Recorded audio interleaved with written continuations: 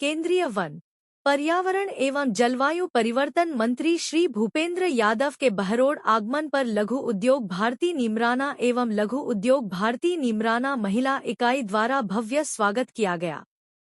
इस अवसर पर उद्योगपतियों, व्यापारियों एवं गणमान्य नागरिकों की उपस्थिति में बजट पर गहन चर्चा हुई।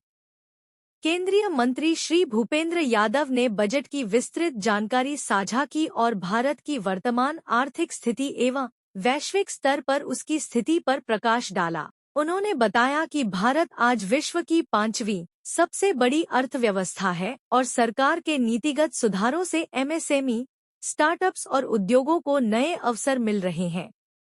उन्होंने कहा कि यह बजट स्थानीय उद्योगों, उद्यमियों और नए निवेश को प्रोत्साहित करेगा। लघु उद्योग भारती के सचिव श्री सुनील कुमार जुनेजा ने बजट के प्रमुख प्रावधानों पर चर्चा करते हुए बताया कि यह बजट औद्योगिक विकास, एमएसएमई क्षेत्र को प्रोत्साहन एवं आत्मनिर्भर भारत की दिशा में सहायक होगा। वहीं लघु उद्योग भारती जयपुर अंचल के सदस्य श्री के यादव ने बजट में उद्योगों के लिए किए गए प्रावधानों पर विस्तृत जानकारी दी। लघु उद्योग भारती नीमराना महिला इकाई की संयोजक डॉक्टर अंजलि यादव और सह संयोजक श्रीमती गीतिका भारद्वाज ने बजट को एमएसएमई सेक्टर एवं महिला उद्यमियों के लिए सकारात्मक बताया और कहा कि इससे स्थानीय उद्योगों को मजबूती मिलेगी तथा रोजगार के नए अवसर सृजित होंगे। इस महत्वपूर्ण बैठक में श्री किरोड़ी लाल जी, श्री दीपक जी एवं अन्य उद्योग जगत के प्रतिष्ठित व्यक्तियों ने भाग लिया। बैठक में बजट के विभिन्न बिंदुओं, औद्योगिक विकास की संभावनाओं और सरकारी योजनाओं पर विस्तार से विचार विमर्श किया गया। संयोजक डॉक्टर अंजलि यादव भी इस चर्चा में सक्रिय रूप से उपस्थित रहीं। कार्यक्रम में क्षेत्र के चारों विधानसभा क्षेत्रों के भाजपा विधायक, अलवर उत्तर जिला अध्यक्ष श्री महासिंह चौधरी समेत भाजपा के प्रमुख नेता एवं पदाधिकारी भी उपस्थित रहे। सभी ने बजट को उद्योगों और स्थानीय व्यापार को बढ़ावा देने वाला बजट बताया और इसके प्रभावों पर विस्तृत चर्चा की। आज भारतीय जनता पार्टी के हमारे उत्तर जिले के द्वारा प्रबुद्धजनों के साथ एक बजट की संवाद और लघु उद्योग भारती से लेकर अन्य सभी संस्थाओं के लोग भी यहाँ पर उपस्थित हैं। बजट किसी भी सरकार का देश को चलाने का एक आर्थिक विजन होता है। इस देश का सौभाग्य है कि पिछले 10 सालों में प्रधानमंत्री नरेंद्र मोदी जी के नेतृत्व में निरंतरता के साथ एक स्थायी और मजबूत सरकार का शासन इस देश को देखने को मिला है।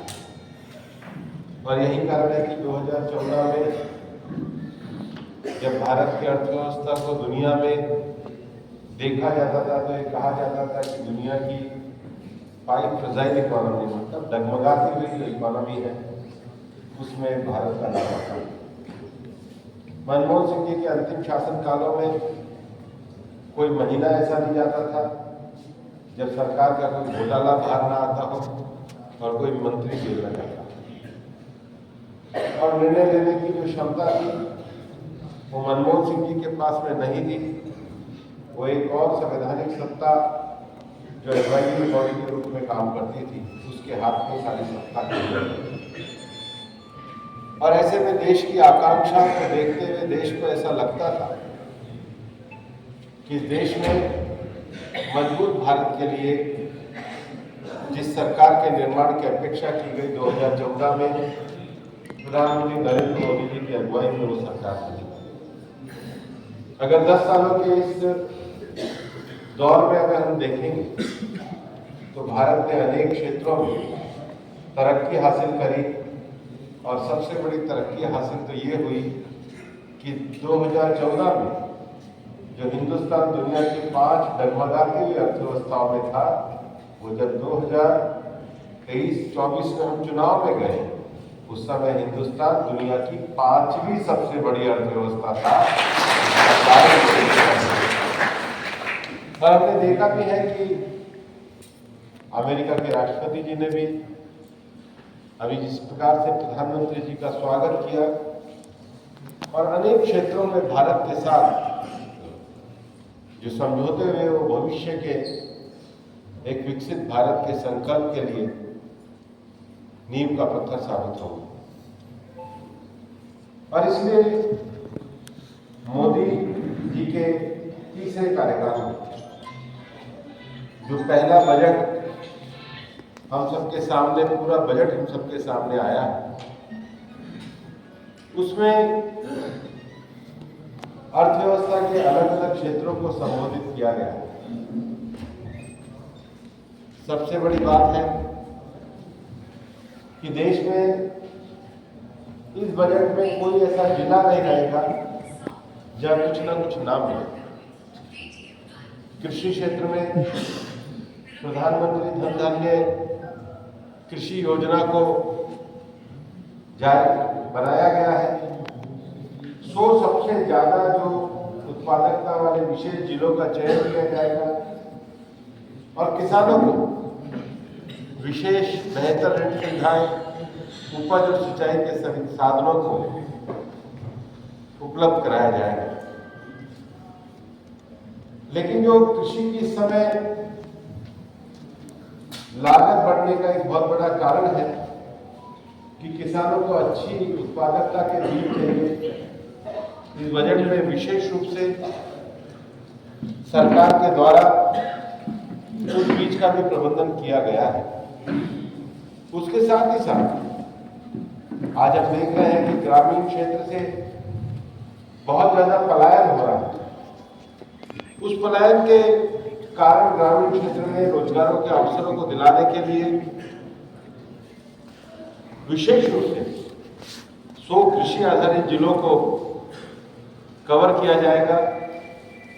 और हमारे देश में अगर हमको कृषि क्षेत्र में ज्यादा सफलता लानी है तो विशेष रूप से दाल के दलहन के क्षेत्र में, कपास के क्षेत्र में, फलों और सब्जियों के क्षेत्र में और मछली पालन एक बहुत बड़ा उद्योग है, उस क्षेत्र में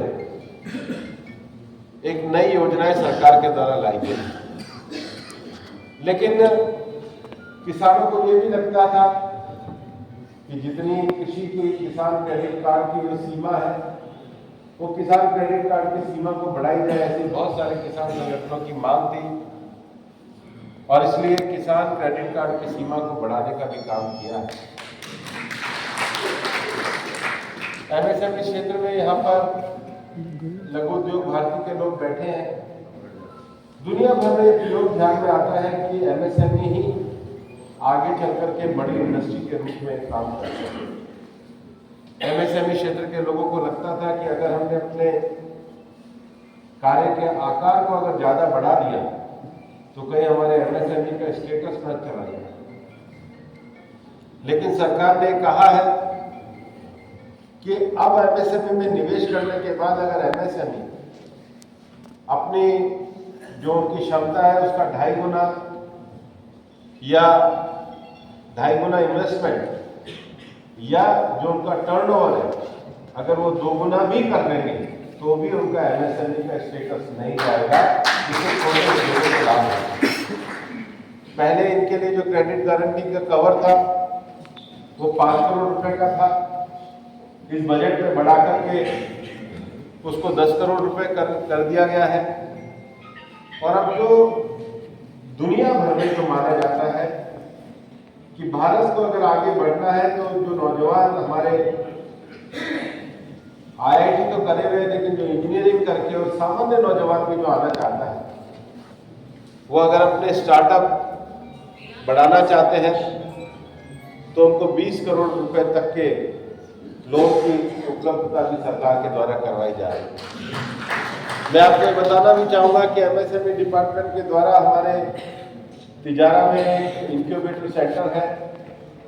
लगभग मैं मानता हूं कि अगले साल हम उसको और अच्छे तरीके से प्रयोग करेंगे ताकि हमारे जो नौजवान इंक्यूबेटर सेंटर का इस्तेमाल कैसे करना, स्टार्टअप खड़े कैसे करना। और मैं तो ये सोचता हूं कि हमारी जो ई लाइब्रेरी योजना है हम निश्चित रूप से ग्रामीण क्षेत्र में उनमें ऐसी काउंसलिंग लगाएंगे ताकि कम से कम बीए पास लड़के को ये ध्यान में तो आए कि सरकार की योजना क्या है। मैंने अभी पीएनबी का भी जब पिछले दिनों में उनका जब मेला था तो उनको मैंने कहा कि जो नौजवान, जैसे आप बजट को सुनने के लिए आए, जो भी पॉलिटिकल नौजवान हो, सोशल नौजवान हो, कम से कम मैं अभी भी मानता हूं कि नीचे के स्तर पे नौजवानों को ध्यान ही नहीं कि स्टार्टअप माने क्या है, किसका स्टार्टअप है। तो इसको सरकार आगे बढ़ा रही है और सरकार ने पहली बार जो उद्यम शुरू करे हैं, विशेष रूप से महिलाएं और SC/ST के लोग, उनको 2 करोड़ तक के जो ऋण है वो प्रदान किए जाएंगे ताकि नया आदमी भी रोजगार करने की अगर हिम्मत रखता है तो सरकार उसको 2 करोड़ रुपए तक के ऋण देती है। और सबसे बड़ी बात है, हमारे अलवर में तो विशेष रूप से खैरतर और आसपास के क्षेत्र में जूती बनाने का काफी काम है। लगभग मुझे लगता है कि 4-5 हजार लोग इसमें इन्वॉल्व हैं और भारत सरकार को भी ये लग रहा है कि जो फुटवेयर इंडस्ट्री है और फुटवेयर इंडस्ट्री में अगर हम प्रोत्साहन दें तो नए 22 लाख नए रोजगार पैदा हो सकते हैं। देश में लगभग 1 लाख करोड़ रुपए का एक्सपोर्ट बढ़ सकता है, 4 लाख करोड़ का टर्नओवर हो सकता है। और सरकार ने फुटवेयर इंडस्ट्री के लिए जो योजना करी है, हमारे अलवर के खैरतर जैसी जगहों का भी उसका प्रत्यक्ष लाभ उसका होने वाला है। मैंने पीयूष जी से बात भी करी थी कि आपका डिपार्टमेंट ही ये करता है, आप आइए, हम एक दिन का मेला लगाते हैं, कार्यक्रम करते हैं ताकि हमारे लोग इसको जान सकें। देश में और जो इंडस्ट्री है, टॉय इंडस्ट्री और विशेष रूप से फूड प्रोसेसिंग, क्योंकि फूड प्रोसेसिंग में हिंदुस्तान को काफ़ी सक्षमता है, उसके फूड प्रोसेसिंग के लिए एक आजम शिखर फूड प्रोसेसिंग के लिए एक नया संस्थान की सरकार ने बात करी है। आने वाले समय के लिए जो सबसे ज़्यादा तरक्की में मुश्किल आती है कि कई बार ये लगता है कि स्टार्टअप जैसी चीज़ें, बाकी चीज़ें में आगे वही जा सकता है जो अंग्रेजी जानता हो। हमारी विज्ञान, हमारी तकनीकी, हमारी बाकी चीज़ें ये भारतीय भाषाओं में हो और इसलिए भारतीय भाषाओं के लिए एक नया विषय सरकार के द्वारा डेवलप किया गया है। हिंदुस्तान में दुनिया भर में आज जो लोग दिए हैं उसमें एक बहुत बड़ा जो दुनिया के बड़े बड़े कंपनियों के जो टेक्नोक्रेट पैदा हुए हैं वो IITs के कारण पैदा हुए हैं और इसलिए सरकार ने IIT के क्षेत्र में भी 6,500 नई सीट जोड़ने का लक्ष्य तय किया है। हमारे बच्चों की कोशिश करके IIT आगे अगर आप देखें तो एक जो सबसे बड़ी समस्या है वो कैंसर जैसी बीमारी की है और लोगों को लगता है कैंसर में कीमो करवाना पड़ता है तो लोगों को बाहर जाना पड़ता है, परिवार को इंतजार करना पड़ता है, धर्मशाला में रुकना पड़ता है। सरकार ने इस बजट में एक अच्छा प्रावधान किया, मुझे लगता है ये ऐसा प्रावधान है जो हर जिले तक जाएगा। सरकार ने कहा है कि हम 2025-26 में 200 जिलों में ऐसे सेंटर खोलेंगे जो कैंसर के डे केयर सेंटर होंगे। आदमी सुबह जाए और शाम को घर पे वापस आ जाए और आने वाले 3 सालों में देश के सभी सरकारी जिलों में ये सुविधा उपलब्ध होगी। सोशल सिक्योरिटी में हमारे यहाँ पर रेहड़ी वाले, पटरी वाले, हम सब जानते हैं, लोग इनको 5 रुपये 10 रुपये पर डे के हिसाब से भी पैसा देने का काम करते हैं। और प्रधानमंत्री जी के द्वारा चाहे विश्वकर्मा योजना शुरू की गई हो, चाहे स्वनिधि योजना शुरू की गई हो, इसका एक ही लाभ है जो मार्जिनलाइज कम्युनिटी है। आप ये देखो, मैं आज जिक्र भी कर रहा था, छोटी छोटी रेहड़ी पटरी पे कौन लोग हैं? कोई हमारा प्रजापति भाई है, कोई हमारा सैन भाई है, कोई हमारा तेली भाई है, कोई हमारा कुमार भाई है, कोई हमारा माली भाई है। कोई हमारे भी समाज के गरीब लोग हैं, इन लोगों के पास कोई जमीन नहीं है, गांव छूट गए, रोजगार छूट गए, और इसलिए सरकार ने इनकी सामाजिक सुरक्षा के लिए 30,000 नए यूपीआई लिंक इनको क्रेडिट कार्ड देने का फैसला इस बजट के माध्यम से किया है।